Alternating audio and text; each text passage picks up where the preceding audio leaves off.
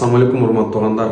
Кече опрос кылганда эми 1,5 миллиондой катталуучулар бар. Ошонун арасында сен да ГКМБ да камалган турбайсыңбы, сен да кыйнаган турбайбы, мындай деп 90% ошону билгизи келет да. Эми мен айтып коеюн, мындай урматтуу туугандар, Рамазан айы кечиримдүү айы да. Аллах Таала айтат: "Тобо мен силердин кандай күнөөңөр болсо да кечиримдүү." Ар бир инсан катакер, ар бир инсан күнөөкөр. Бирок ошолордун эң жакшысы кимдер? Тобо болгондар жана кечиргендер. Аллах Таала өзү бизди кечирем дегенден биз да кечиримдүү болуш керек. Себеби өч алуу баардыгынын колунан келет. Тактыдан түшкөндөн кийин, тепкелеп уруп, жумуштан түшкөндөн кийин жообун кайтарып, бул баардыгынын колунан келет. Бирок кечирип коюш бул күчтүүлөрдүн колунан гана келет. Кечиргендин маданиятын пайгамбарыбыз бизге көргөзгөн.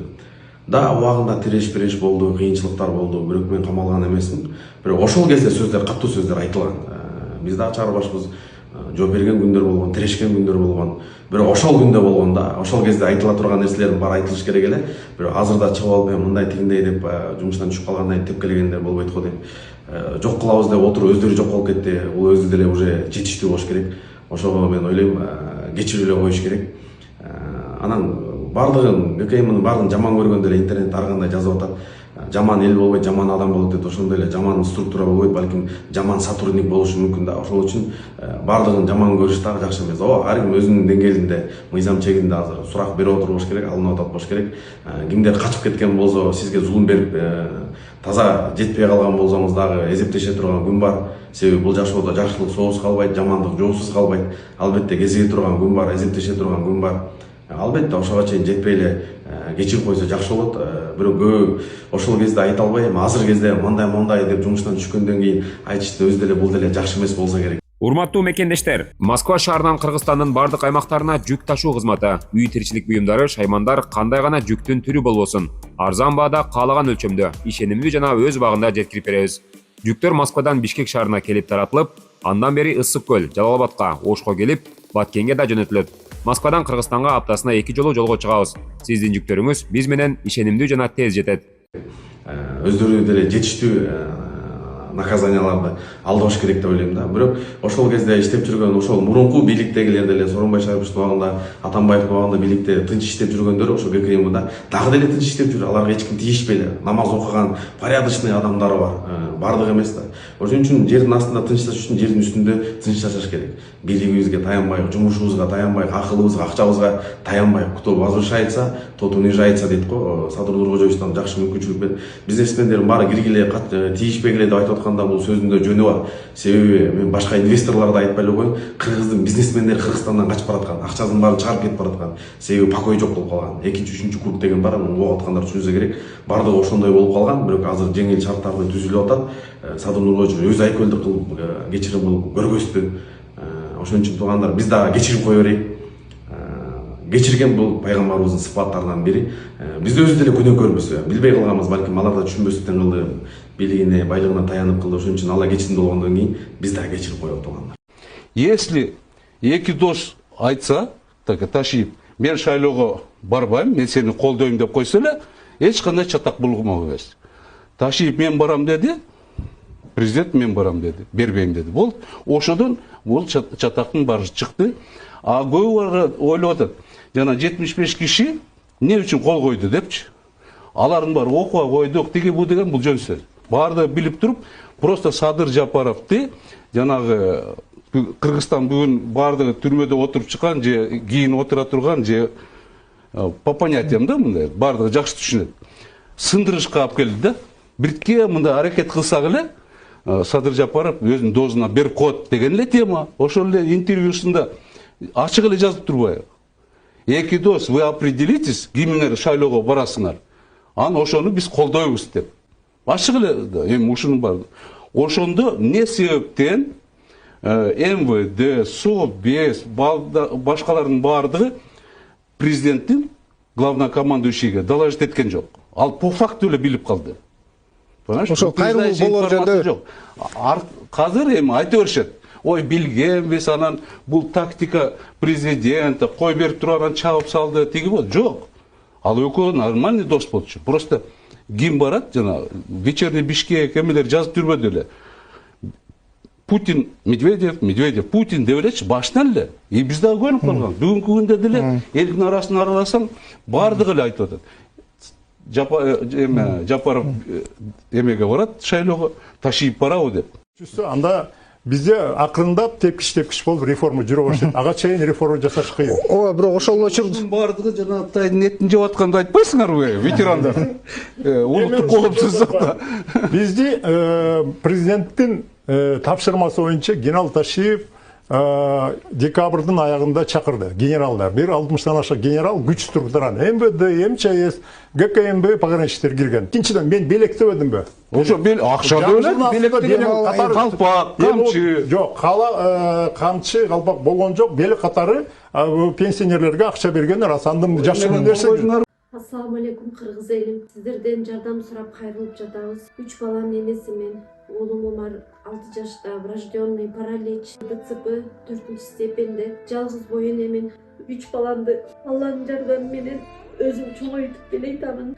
Ооруган балам менен жашоо аябай караңгы болуп кетет. Балам тырышып ооруса жан дүйнөм, менин денем тырышкандай кыйналамын. Суранамын кыргыз элим. Balama 5 сом, 10 сом болсо да жардам бериңиздер, жок дегенде мени көрсө апа деп мени тааныса деп үмүттөнөм. Жаны оорубай жашаганга себепчи болуңуздар суранам. Балдарыңыздар оорубасын. Улуу Рамазан айында дуаңыздар кабыл болсун. Жогуп тур эми. Сөз бөлбөйт. Бул жерден бир чоң саясат чыгарыштын кереги жок. Социалдык тармакта, массалык маалыматта болбогон бул жерден сөздөр жазылат. Эми алардын өз ой пикири. Ответ кылып коеюнчу, бермен. Мага Дубанаев чалды. Биз чогулуп атабыз, ушу барып коелу. Я говорю, эмне музей беле. Силердин деген кандай тиешиңер бар ГКМБга, МВД. Мен гол атым полковник ГКМБ. Силерге эмне бар дедим. Десем, ода эришип алып барды. Бунун бардыгын эми баарыбыз билебиз, секрет жок. Анан бул жерде эметип аткан жанагы эмне себептен жанагы 45-75 кишилердин баарын ошо калып кирген. Это подготовка к президентским выборам Ташиева болчу. бирок ошол учурда ар кандай манипуляцияга да жол бербейли. Сен өзүң ойлойсуңбу? Кустеризация деген эмне? Алды, жана коля киргиздин эле методу. Ошо менен эметти көрөсүңбү? Могу элдин баардыгы азыр эмете баштайт, доолай баштайт. Потому что бул незаконно, мына сот турат. Бир соттун чечими барбы? Түрмөгө отургузуп туруп, давай мынча бер, тигинче бер, болбосо чыкпайсың деп сотканы берип коет, ал сотка менен Wi-Fi менен сүйлөшүп отурат. Туугандар, тиги. Бирок ошол учурда мына президент жананча акча алдык, тиги ушул эле жана сөз болбоду беле. ооба, буга чейин бир топ жолу сиз айткан жайыңыз бар. Ошо анан Ташиев мага сөз сүйлөсө да сонар сүйлөбөсүн деп. Мына эмне болду, камчы инем, ушуну угуп койсоң. Ооба, президент Садыр Жапаров кече ишкерлер менен жолуккан жерде бул жаатта мыйзам бузган көрүнүштөр болбосун деп билдирди. Биз ошо президенттин билдирүүсүнөн кыскача көрүп алып, анан талкуулансак. Баарын жайлап койгон. Ассаламу алейкум туугандар. Жалпы салам баарыңыздарга. Азыркы учурда болуп аткан окуялар боюнча мен дагы оюм менен бөлүшүп кетейинчи дагы бир жолу. Азыр провокацияга аябай катуу жүрүп атпайбы соц тармактарда. Чыгып айтпай эле коеюн деп атып, унчукпай турайынчы деп атып эле. Бирок сүйлөшкө туура келип атат да. Өткөндө бир жаш куюлуп кетти эле. Эми ал жерде баягы мен элестетип идим да, бир секундка элестетип идим да, ушу Камчыбек Ташиев менен Садыр Жапаров экөө болду, чарчадык деп уже кетип атканды элестетип, кичине көз жаш агып кетти да. Кетпеш керек да бул. Негизи баарыбыз тең жакшы билебиз, Кыргызстанда ушу өдө жактагылардан эң ушу карапайым элге жакын адамдан эки эле адам бар да, аны баарыңар билесиңер. Карапайым элге жакын адамдардан бул биринчиси бул Камчыбек Садыр Жапаров болсо, экинчиси Камчыбек Ташиев да. Баарыбыз билебиз муну. Баарыбыз муну жокко чыгара албайбыз да. Баары биринчи адам Садыр Жапаров, экинчиси Камчыбек Ташиев. Анан бул менин жеке оюмча, мен оюмда. Если Садыр Жапаров чарчап же болсо билбейм, бир кандай бир эмелер менен шайлоого аттанбай калып, барбай калса, же мыйзам боюнча бара албай кала баштаса, эмне болуп бара албай калган болсо дагы экинчи орундагы адам келиш керек да. Экинчи Ташиев келиш керек да, менин оюмча. Президенттикке аттаныш керек да, короче. Мен ушунтип ойлойм. Если Садыр Жапаров бара албаса, Садыр Жапаров бара алса, анда Садыр Жапаров өзү эле барыш керек. Ташиев, Камчыбек Кыдыршаевич колдош керек. Болду. Мен ушундай эле ойлойм. Ушундай болуш керек. Потому что экөөнөн башка татыктуу президенттикке татыктуу адам пока мен көрө алган жокмун. Пока жок. Мен көз карашымда жок. Анан менин оюмча ошондой эле болот деп ойлойм. Эси Садыр Жапаров бара албай калса же билбейм бир чарчап калган болсо, аттанбайм деген болсо, ошол кезде Камчыбек Кыдыршаевич аттаныш керек президенттикке. Жанагы сөзү бар ооба. Мен аттанбайм, президенттикке койбойм. Мен Садыр Жапаровду колдойм деген сөзү бар ооба. Бирок эси Садыр Жапаров барса деген сөз да айыктачы. Садыр Жапаров барса колдойт. Анан барбай калса, аттанбай калса анда Камчыбек Ташиев коюш керек болуп калат деген ойдомун мен, туугандар. Жеке менин оюм. Ошондой болуш керек деп ойлойм. Антпесе болбойт. Башка эч кимди алып келбеш керек бийликке. Бизге башка татыктуу жок. Кереги жок. Кыргызстанды ушул эки адам эле көтөрөт, өнүктүрөт. Ушул эки адам эле баарын кылат, Кудай буйрса. Анан жана провокация кылып анан байып кетишти, анан тигинтип кетишти, анан теги улакка келген, анан мынтип келген деген бүт видеонун баары эски видеолор чыгарып коюштур. Баарыңар көрсөңөр керек, 6 жыл мурун тартылган видеолор чыгарып коюштур. Анын баарын азыркыга таңгулап, мына азыр ушу Садыр Жапаров менен келгенден бери ушинтип байып кетти деген тариз көргөзүп провокация кылышат. Туугандар, эч ким ишенбеш керек. Эки адамдын салымы чоң Кыргызстанга.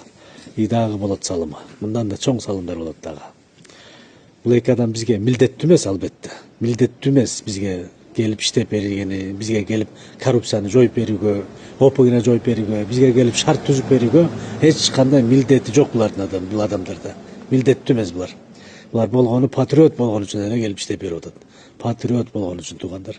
Патриот болгон үчүн эле иштеп атат. Биз ошону келип иштеп атканын биз барктабай, кайра келип алып, как будто бизге милдеттүү катары кабыл алып атабыз да. Милдеттүү эмес дагы бир жолу айтып атам. Биз өзүбүз шайладык, иштеп бер деп. Иштеп берип атат. Сонун иштеп берип атат.